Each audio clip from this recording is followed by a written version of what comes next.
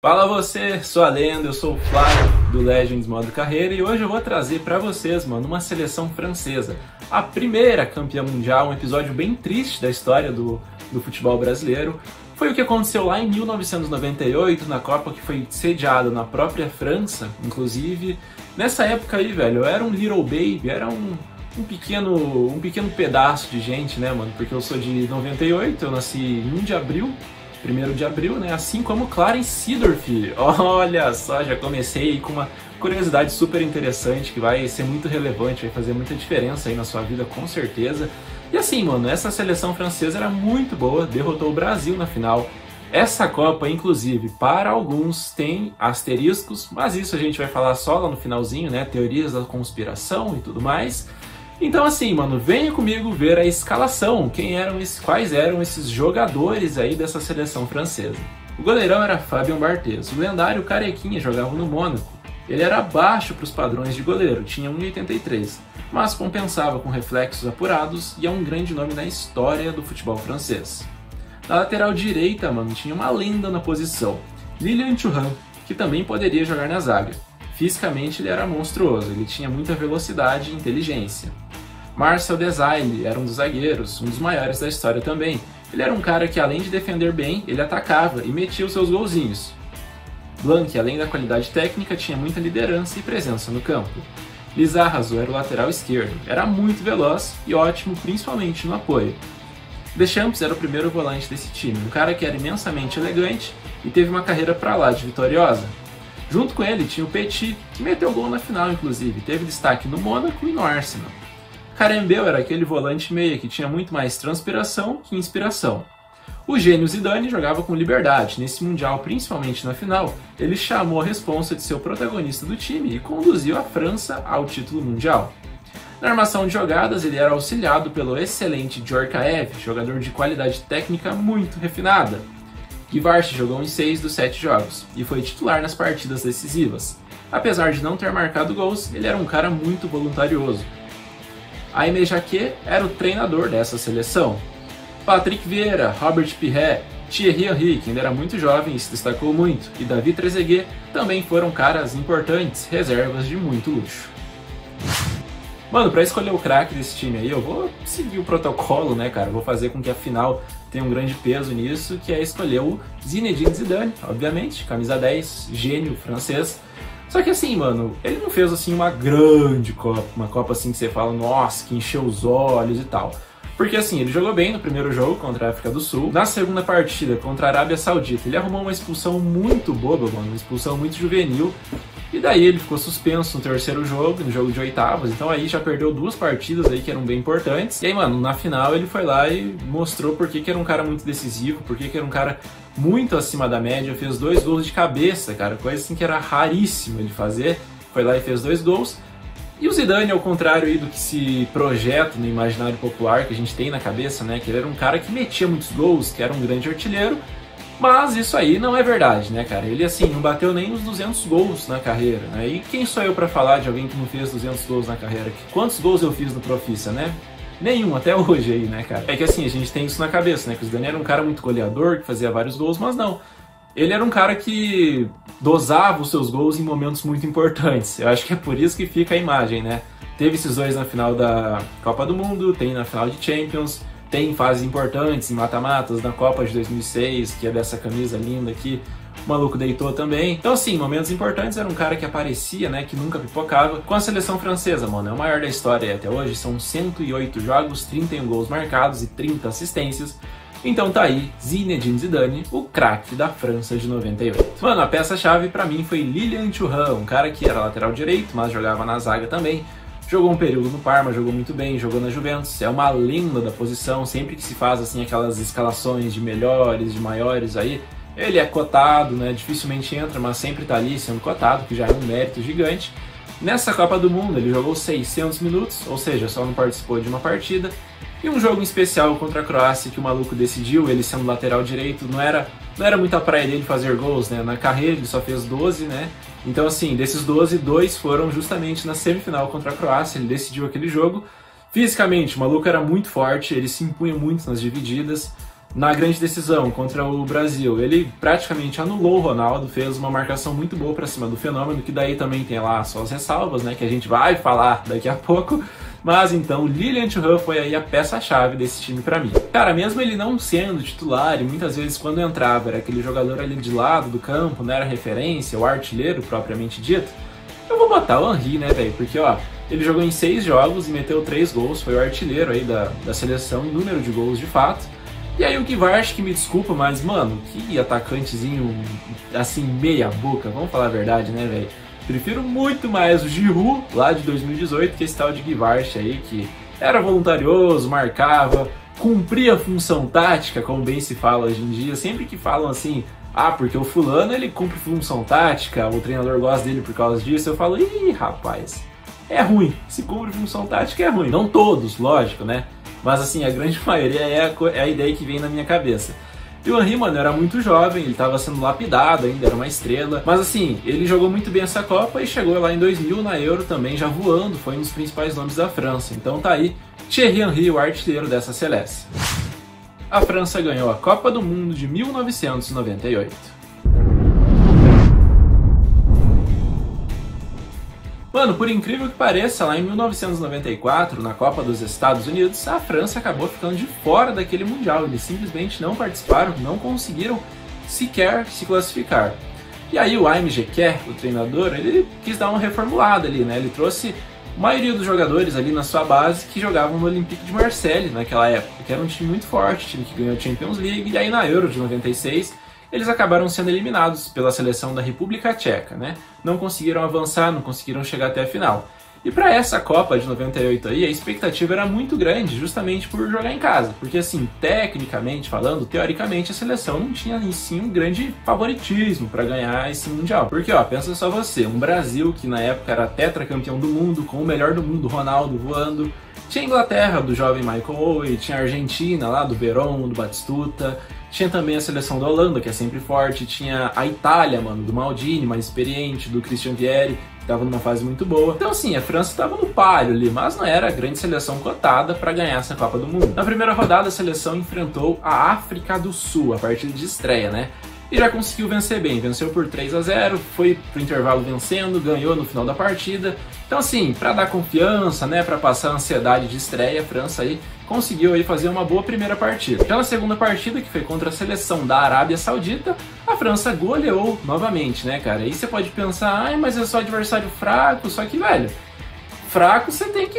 é aí que você tem que golear mesmo, velho. É aí que você tem que fazer gol, você tem que respeitar os caras fazendo gol, mano, entendeu? A França foi pra cima, teve muitos espaços, teve gol bonito em jogada coletiva, teve gol do Henry, naquele que o Barthez deu um balão pra frente, ele ganhou do zagueiro e fez o gol, teve gol que foi armado do goleiro, teve gol de tudo quanto era jeito, né, mano? E uma curiosidade interessante é que Carlos Alberto Parreira era o treinador da seleção da Arábia Saudita e ele foi demitido depois desse jogo aí, depois de ter sido goleado pela seleção da França. Terminou aí 4-0 essa partida. E a grande baixa desse jogo foi, como eu já tinha citado lá no início, foi a expulsão de Zinedine Zidane. Ele deu um pisão muito nada a ver no adversário, numa disputa de bola ali, o juiz não titubeou, meteu logo o cartão vermelho, colocou ele na rua, e aí ele pegou 2 jogos de gancho aí de suspensão. E o terceiro jogo, mano, foi contra a seleção da Dinamarca, a seleção que era muito boa, que deu trabalho pro Brasil, inclusive, né? Eles venceram aquele jogo por 2-1, a seleção da França, né? Gols de Djorkaeff Petit, o gol da Dinamarca foi marcado pelo Michael Laudrup, que era o grande craque daquele time. Então com essa vitória aí, a França passou com 100% de aproveitamento, 9 pontos, rumo então ao mata-mata desse Mundial. Nas oitavas de final, mano, no jogo contra o Paraguai, a encardida seleção paraguaia que tinha Gamarra na defesa, um baita de um zagueiro que fez uma partidaça nesse jogo aí. E mano, a França teve muito trabalho, suou muito aí, teve que transpirar bastante para derrotar essa seleção paraguaia, que não era fácil de bater ele. O Paraguai aí fez frente à seleção francesa, teve algumas oportunidades, inclusive, aí, de ganhar essa partida, uma vez que na prorrogação era gol de ouro, né? Então você faz ali, acabou, já era. Só que, mano, aí acho que a camisa pesou muito também, né, cara? E a França conseguiu aí fazer esse gol, que foi aos 113 minutos, ou seja, faltavam só 7 para acabar o tempo regulamentar. Foi um cruzamento do Pirré, que o Trezeguet ajeitou de peito, e o Blanc chegou batendo pro gol do Paraguai. Então, assim, gol de ouro francês, gol que valeu a classificação para as quartas de final. E o gol de ouro, mano, que coisa maluca, né, velho? Eu fico pensando, porque assim, eu não peguei essa época, né? Eu, pelo menos, não tenho grandes recordações de gol de ouro. Mas devia ser muito louco, né, velho? Você faz a parada ali, acabou, já era. Matou o adversário, não tem mais o que fazer.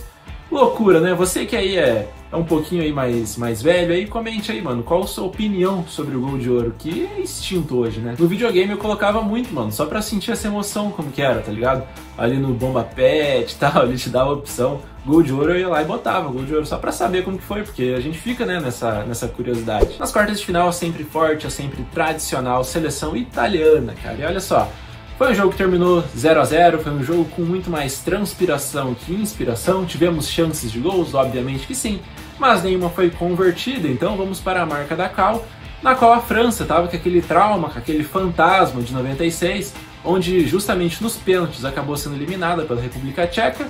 Mas não foi dessa vez que a França caiu, porque o Di Biagio e Albertini perderam suas cobranças pela seleção da Itália. O Roberto Baggio, que desperdiçou sua cobrança lá em 94, que é tão lembrado, né, que ele bateu lá na casa do cara, fez o seu, se redimiu, mas não foi o bastante, não foi o suficiente, então 4 a 3 para a França na disputa por pênaltis e classificação já para a semifinal dessa Copa do Mundo. Cara, na semifinal a França tinha pela frente a seleção da Croácia, e você pode pensar, poxa, que vida fácil, né? Que tarefa mais tranquila vai ser ir para a final, mas não.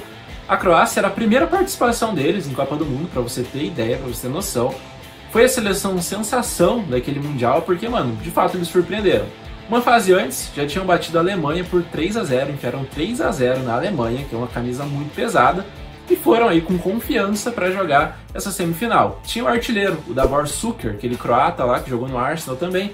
Ele fez o gol do 1 a 0, mas o Lilian Thuram, ele conseguiu marcar os 2 gols da virada, né? Ele que tinha armado nesse gol da Croácia, ele não saiu para deixar o atacante em impedimento, ele moscou, o cara fez o gol, mas ele conseguiu aí se redimir, foi lá, fez 2 gols. Um foi numa bela assistência do Djorkaeff, o outro ele recuperou a bola, foi afunilando ali pro meio, bateu de canhota para vencer o goleirão.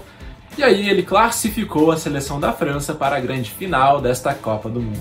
Então, cara, era uma das finais assim mais esperadas da história do futebol, né? Porque unia a camisa pesada da França, a tradição francesa, o bom futebol, aquele futebol elegante, contra a maior seleção do mundo, a atual tetracampeã mundial. Então, assim, o Brasil vinha aparentemente desfalcado do seu maior jogador, do seu grande craque naquele momento, que lógico que era o Ronaldo, que sofreu aquela convulsão.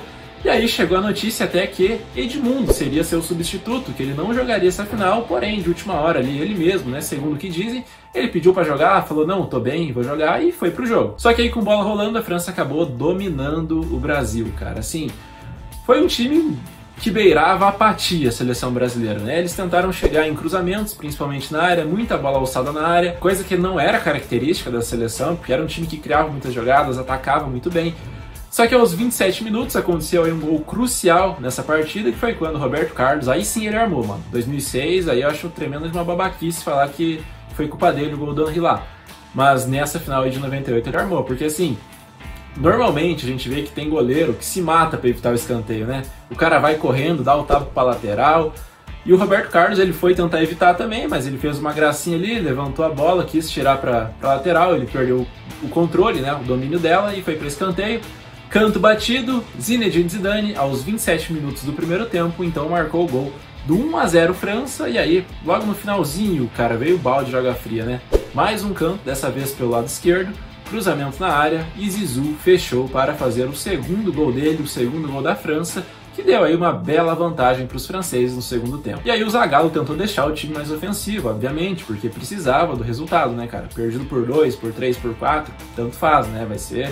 Vai ser um vice-campeonato do mesmo jeito. Então ele tirou do jogo o volante César Sampaio, o meia Leonardo, para colocar o ponta Denilson e o atacante Edmundo. Então o Brasil foi com tudo para cima, foi tentar buscar aí essa recuperação, né? Teve o Desailly, que foi expulso pela seleção francesa aos 70 minutos de partida, ou seja, o Brasil teve ali 20 minutos, mais um pouquinho, vamos falar ali uns 25 minutos, com um homem a mais para tentar aí buscar recuperação, para tentar buscar o gol para diminuir, para empatar e, né, quem sabe posteriormente virar, mas não deu certo. Teve até uma bola da trave do Denilson, inclusive. Teve o Edmundo putaço porque o Rivaldo jogou a bola para fora, isso aí você deve se lembrar bem. E aí calhou que aos 90 minutos Petit, num contra-ataque, bateu na saída do Tafarel para fazer o gol que fechou o caixão da seleção brasileira. Então, França 3 a 0, fora os ameaços e título mundial aí para os franceses. Mas esse jogo não acabou quando o juizão apitou, porque como eu falei logo no começo, né, cara, tem as teorias da conspiração aí que rodeiam essa partida, cara. E a mais forte dessa aí, aquelas que muitas pessoas acreditam, inclusive, é que o Brasil acabou vendendo aquele Mundial pra França, ou melhor, pra FIFA, né, na expectativa de ganhar lá em 2002. Então assim, a FIFA chegou, falou, ô CBF, seguinte, ó, essa aqui é da França, vocês vão aí entregar o jogo, e lá em 2002 é de vocês, vai tranquilo aí, certo? A gente compensa lá 4 anos depois. Demorou? E aí, cara, eu sinceramente não acredito totalmente nessa versão, mas duas coisas são fatos. Que o Brasil teve uma atuação muito, mas muito abaixo do que vinha jogando. Mérito para a França também, que fez uma grande partida, jogou um grande futebol. E em 2002, né, o Brasil acabou sendo aí, em algumas partidas, em alguns momentos ali, em momentos cruciais, sendo beneficiado pela arbitragem. Claro, tem muita gente que pensa que de fato isso aconteceu, né? O Brasil foi lá, vendeu a Copa para ganhar em 2002, enfim. Deixa aí nos comentários a sua opinião sobre isso. E outra coisa que circula bastante, que muito se fala também, é que o médico da seleção teria acabado errando uma dosagem do medicamento do Ronaldo, que ele recebia no joelho, né, infiltração, porque ele vinha mal do joelho, ele estava recebendo vários tratamentos, medicamentos ali, direto ali no joelho para conseguir jogar, e dizem aí que ele supostamente errou essa medicação, que fez com que ele tivesse uma convulsão, né? E ele só jogou por conta da força que a Nike tinha, né, cara? A Nike simplesmente o obrigava a entrar em campo, não tinha opção dele ficar fora. Então assim, ele acabou indo jogar, ele não fez uma partida boa, foi uma partida assim de média pra ruim do Ronaldo nessa final, ele tava muito estranho, muito diferente. Era um cara que visivelmente não tinha condições de jogo, mas foi lá, jogou. Acabou que a França ganhou, o Brasil perdeu esse Mundial, ganhou lá em 2002, e o resto é história. Então, mano, deixa aí nos comentários o que você achou, qual a opinião de vocês aí, mano, sobre isso que aconteceu. Eu fico bem curioso pra saber, então, por favor, comente aí. E semana que vem nós estamos aqui de novo. Espero muito que você tenha curtido esse vídeo. Se você gostou, meta o like, meta o joinha que você vai estar ajudando pra caramba, certo? Então até a próxima e falou!